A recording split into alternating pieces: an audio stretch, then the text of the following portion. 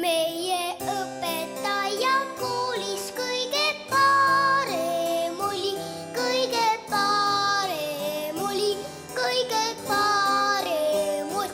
Kui ma teaks, kus on ta nüüd, tal ühe rohuviiks, imerohuviiks.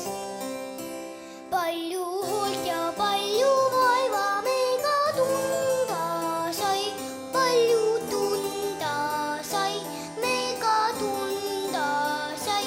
Kui ma teaks, kus on ta nüüd, tal ühe rohuviiks, imerohuviik. Aga vahel juhtus nii, oli sööklas, vastu seina lendas supp või praad või magustoit ja mõni plika pihta sai.